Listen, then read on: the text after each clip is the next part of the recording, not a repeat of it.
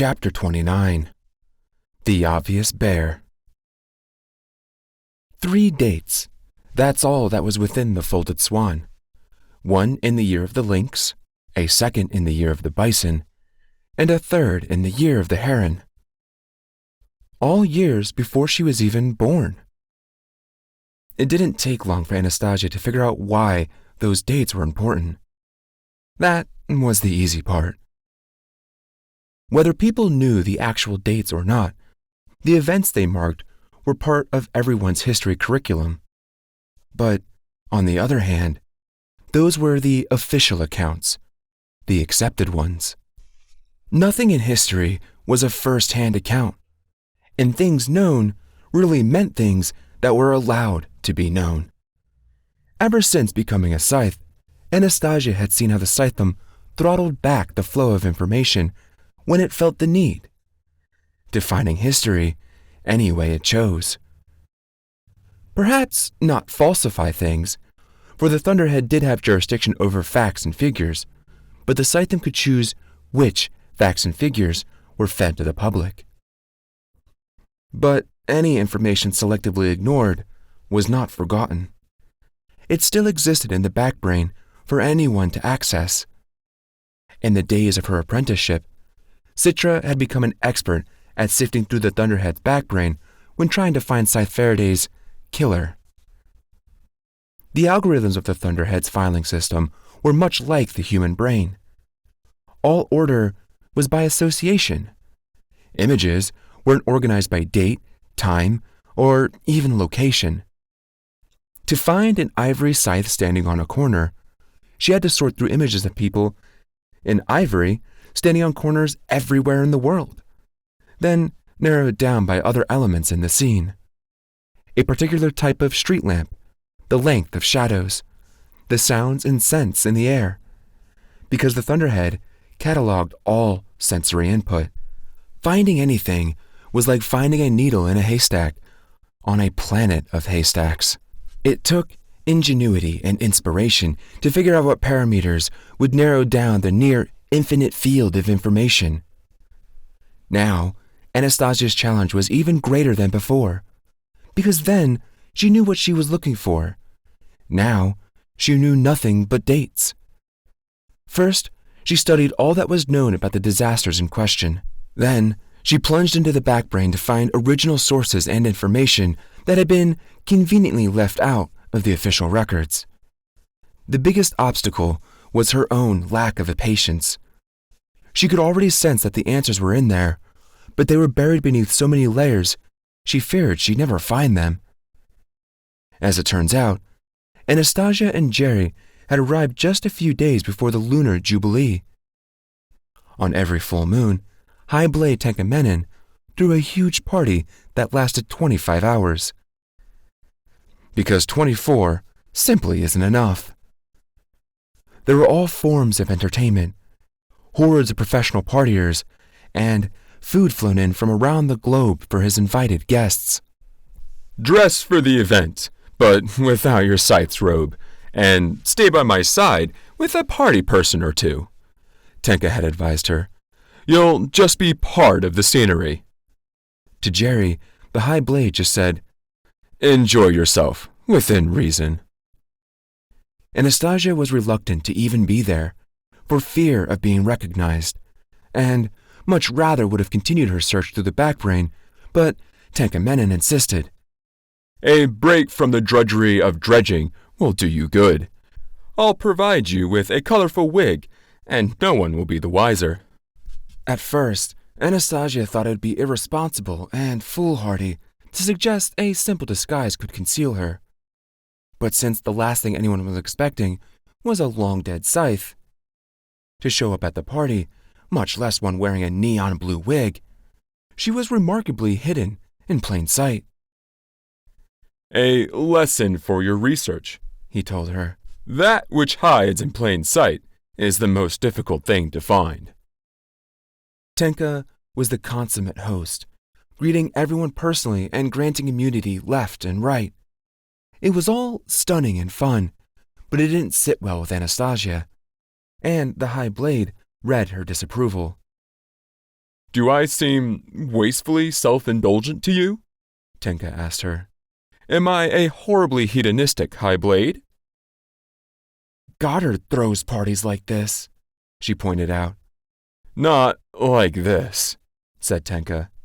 And he likes his homes larger than life, too. Is that so? Then Tenka beckoned her closer so she could hear him more clearly amid the reveille. I want you to take a look at the people before you and tell me what you see. Or, more to the point, what you don't see. Anastasia took in the view. People in a multi-level pool. Others dancing on balconies. Everyone in bathing suits and bright party clothes. Then she realized. There are no scythes. Not a one. Not even Makida and Baba. Every guest is a family member of someone I gleaned since the last full moon. I invite them here to celebrate the lives of their lost loved ones, rather than to mourn and to grant them their year of immunity. And when the celebration is over and the grounds are cleared, I retreat to my glorious suite. He indicated the largest window in the mansion, then winked and slid a finger to the right until he wasn't pointing at the palace anymore, but to a small shack at the edge of the property. The tool shed? That's not a tool shed. It's where I live. The palace suites are all reserved for honored guests like yourself, as well as guests who are less honored, but need to be impressed. As for my tool shed, as you call it, it's a replica of the home I grew up in. My parents believe in simplicity, and of course they had a son who enjoyed endless complication. Yet, I still find comfort at night in the pleasantries of a plain dwelling. I'm sure they must be proud of you, Anastasia said. Your parents, I mean. High-bled Tekamenen sniffed at the suggestion. Hardly, he said. They took simplicity to an extreme. They're tonists now. I haven't spoken to them in years. I'm sorry. Did you hear the tonist had a prophet? Tenka said bitterly. He appeared shortly after you took your deep dive. They claimed the Thunderhead still spoke to him. Tenka gave a rueful chuckle at the thought. Of course, he got himself gleaned. A waiter approached with a tray of shrimp that appeared too large to be real. No doubt a product of the Thunderhead's experimental abundance farms. As always, the Thunderhead got it right. They tasted even better than they looked. How are your efforts going? Tekamenen asked her. They're going, she told him. But the Thunderhead links things in confusing ways. I pull up an image of the Mars colony, and it takes me to a child's drawing of the moon.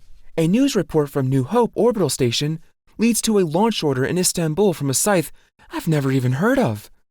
Dante something or other. Al-Jahiri? Said Tenka. Yes, that's it. Do you know him? I know of him. From Euroscandia, I believe. He's long gone. Must have self-gleaned maybe 50, 60 years ago. It's like every other link I've found, none of them make sense. Go down every rabbit hole, Tenka advised. Because some of them might actually have rabbits. I still don't understand why you can't just tell me what I'm looking for. Tenka sighed and leaned closer to whisper. The information we have come from another scythe before she self-gleaned. A clearing of her conscience, I imagine. Other than that, we have no actual evidence, and our own digging through the backbrain has been fruitless. We're being hindered because we know what we're looking for. While one searches for a man in a blue hat, one totally misses the woman in a blue wig. He gave a little flip to one of her neon curls. Although it was counterintuitive, she had to admit it made sense. Hadn't she seen Tenka walking toward the tool shed each day? But her own assumptions never allowed her to guess the reason. She recalled a Mortal Age video a teacher had once shown her class. The objective was to count how many times a ball was passed between teammates, shifting around the screen. She got the answer right, as did most people in the class. But everyone missed the man in a bear suit who danced his way right through the middle of the scene. Sometimes, finding the obvious means coming in with no expectations. The next morning, she had a breakthrough and ran to Tenka's cottage to let him know what she had uncovered. His home was modest in a way that even Scythe Faraday would have approved of. She found Tenka in the middle of something. Directly in front of him were two other people, not looking happy at all to be there. More than unhappy, they were miserable.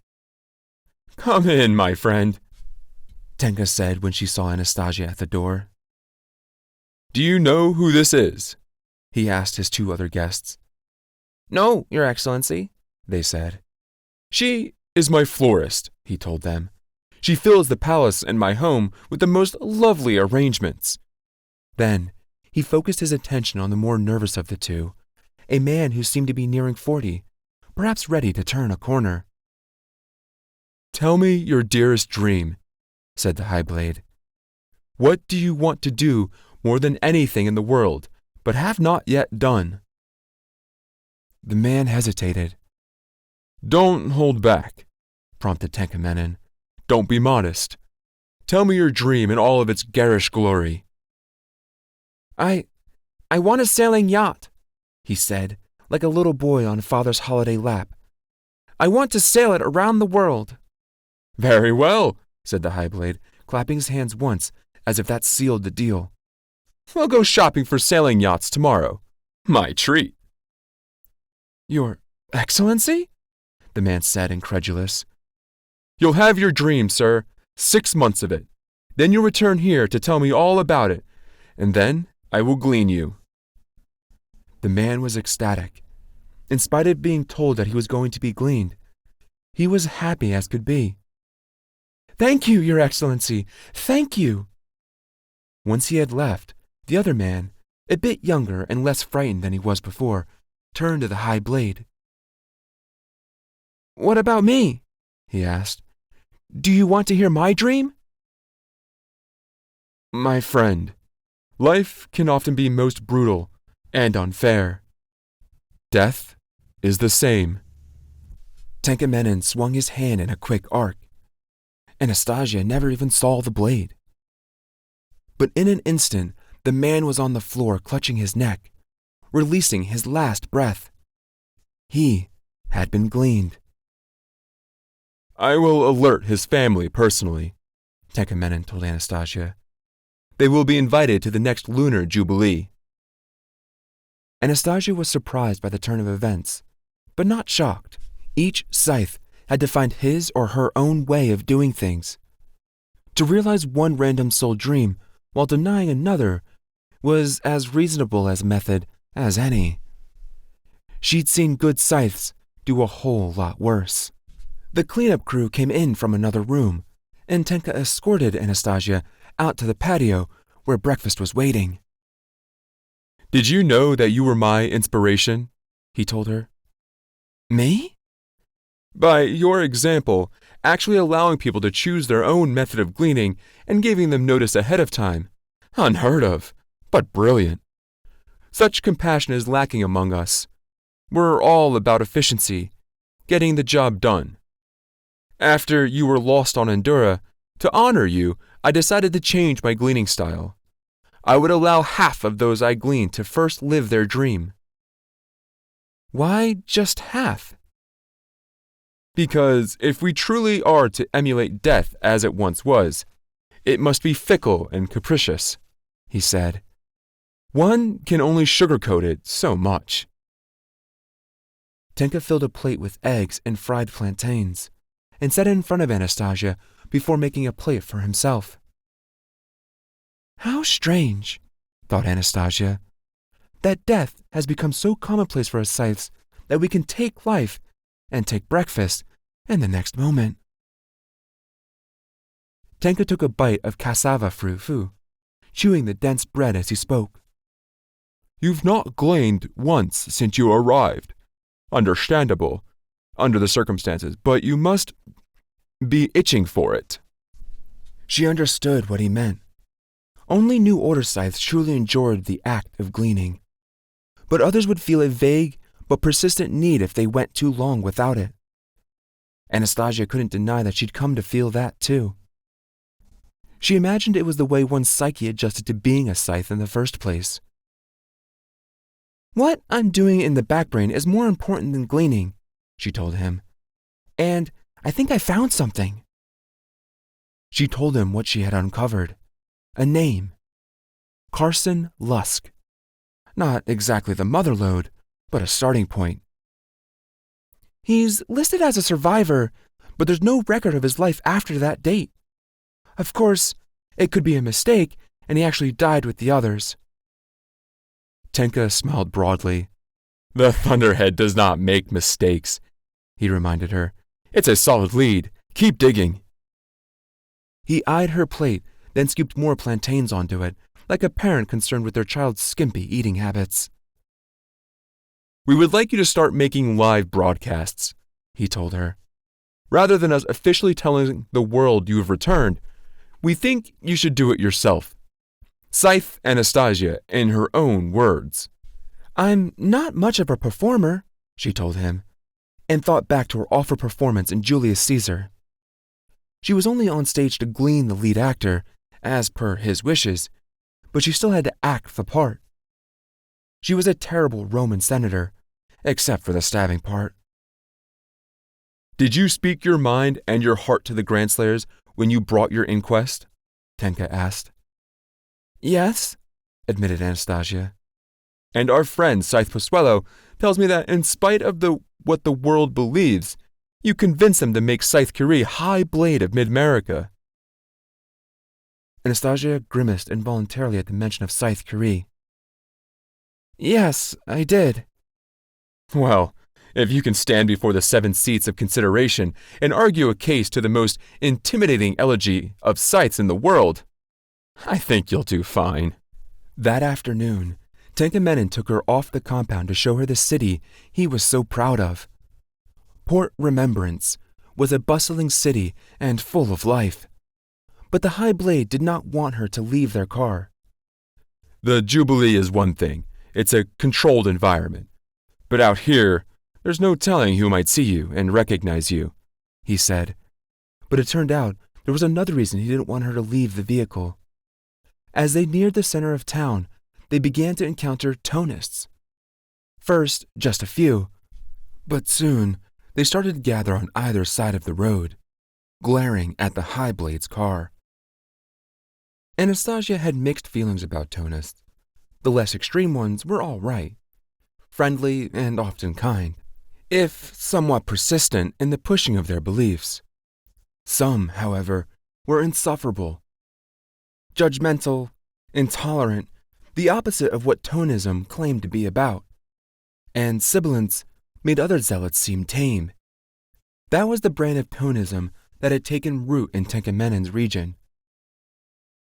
"Ever since the toll was gleaned, these splinter groups have become more and more extreme," Tenka Menon told her. As if to prove his point, when enough of them were gathered by the roadside, they began to throw stones. Anastasia gasped when the first stone hit the car, but Tenka Menon was unperturbed.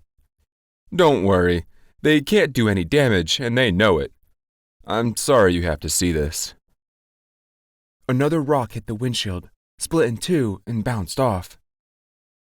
Then, all at once, the attacker stopped throwing stones and began to intone, emitting a droning, wordless wailing. Yet, somehow, this was different from other tonists she had heard. Tenka Menon ordered the car to put on music, but even so, it didn't entirely drown them out. "This entire sect has taken a vow of silence," Tenka Menon told her, not hiding his disgust. "No speaking, just this blasted, ugly noise. The Thunderhead had always frowned upon delinguination, but when the Thunderhead fell silent, these tonists decided they could do as they pleased, which is why their howling sounds even worse than usual." "Delinguination?" asked Anastasia.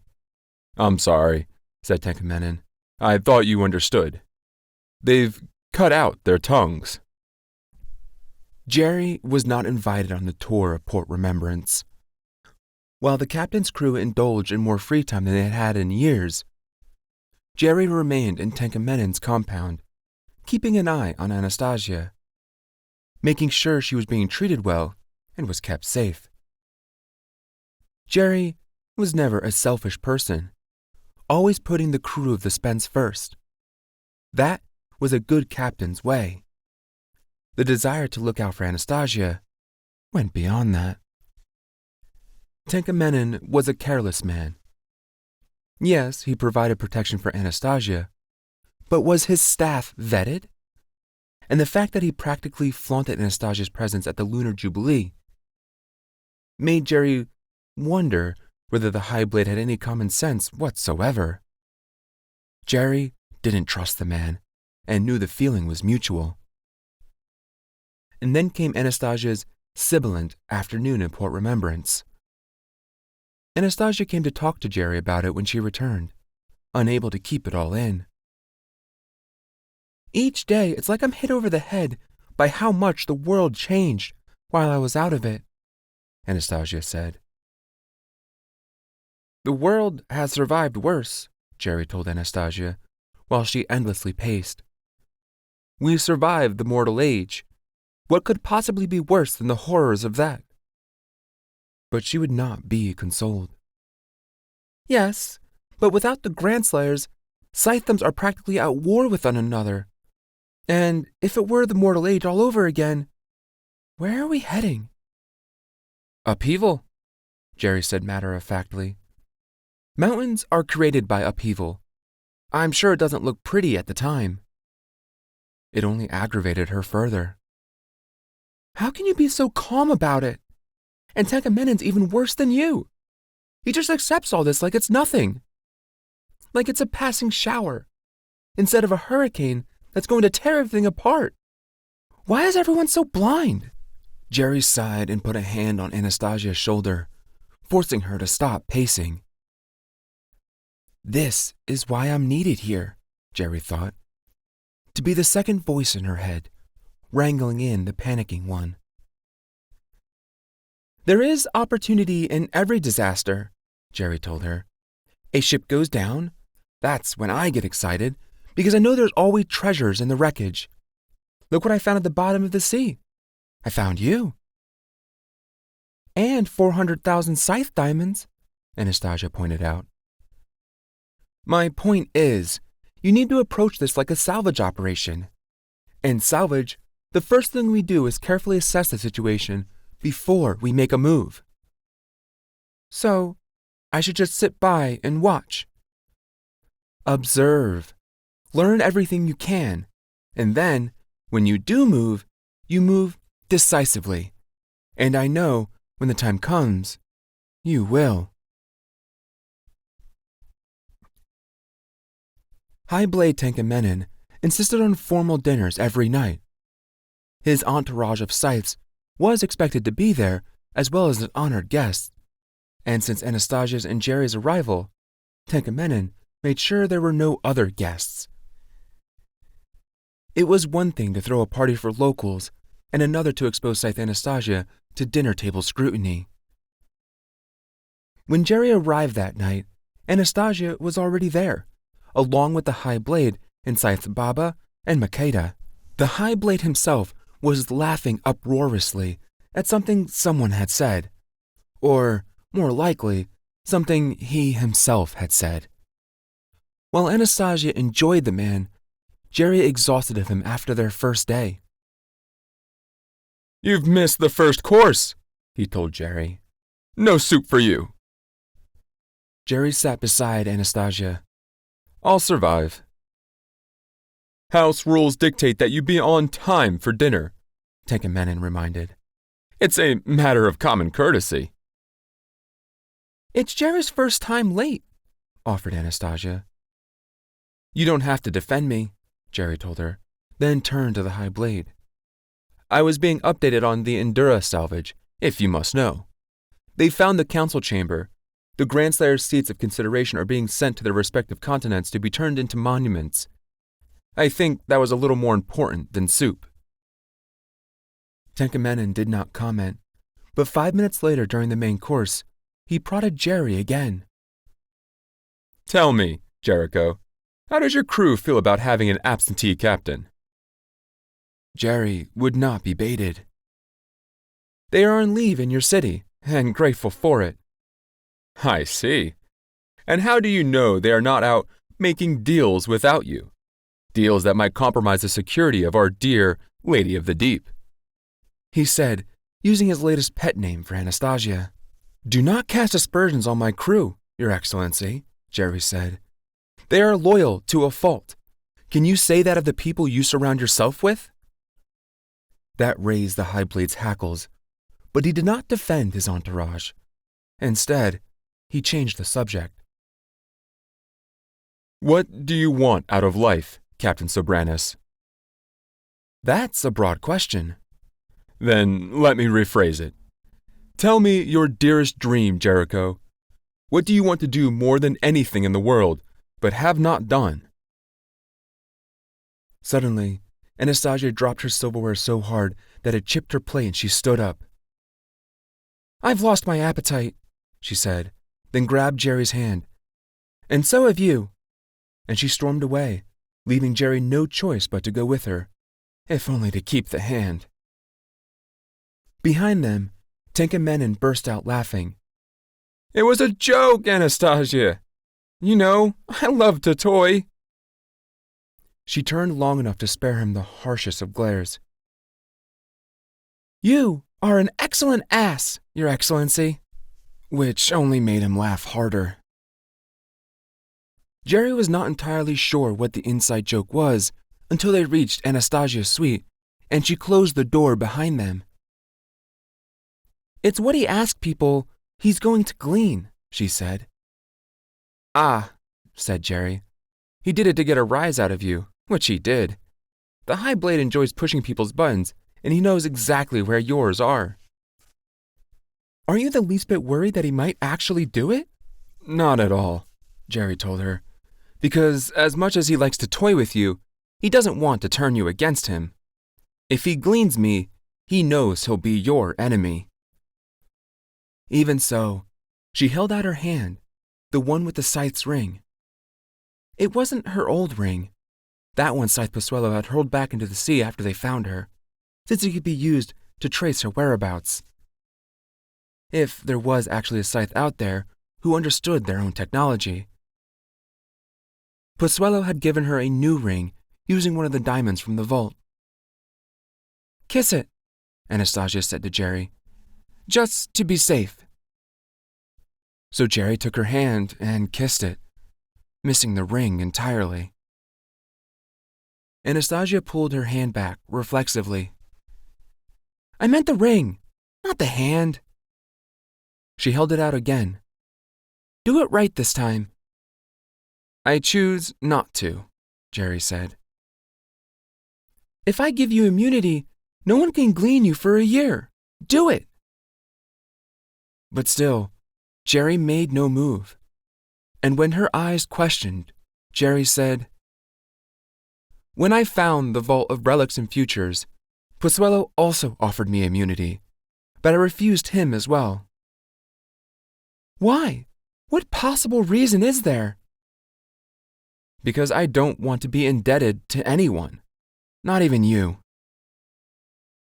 She turned away at that and went to the window peering out. "There are things out there that I don't want to know about, but I need to know about them. I need to know everything I can." Then she turned back to Jerry. "Have you heard anything about Rowan?" she asked. Jerry could have told her that there was no news, but that would be a lie, and Jerry would not lie to Anastasia. They had too much trust between them to jeopardize that. Jerry was silent for a moment, and Anastasia pushed. "I know Tenkamenon wouldn't let any news about him reach me in here, but you've been in touch with your crew. They must have told you something." Jerry heaved a sigh, but only to prepare her for the answer. Yes, there is news, but nothing I'm going to share, no matter how much you ask me. A progression of emotions passed over her. The stages of grief all played out in her face in a matter of seconds. Denial, anger, bargaining, sadness, and finally, a resolving into acceptance. You won't tell me because there's nothing I can do, she said, anticipating the reasons Jerry would give. And it would distract me from what I need to do. Do you hate me for it? Jerry asked. I could say yes, just out of spite, but no, Jerry. I don't hate you. But can you at least tell me if he's still alive? Yes, Jerry said. Yes, he is. I hope you can find comfort in that. And will he be alive tomorrow? She asked. Not even the Thunderhead can be sure about tomorrow, Jerry told her. Let's be satisfied with today.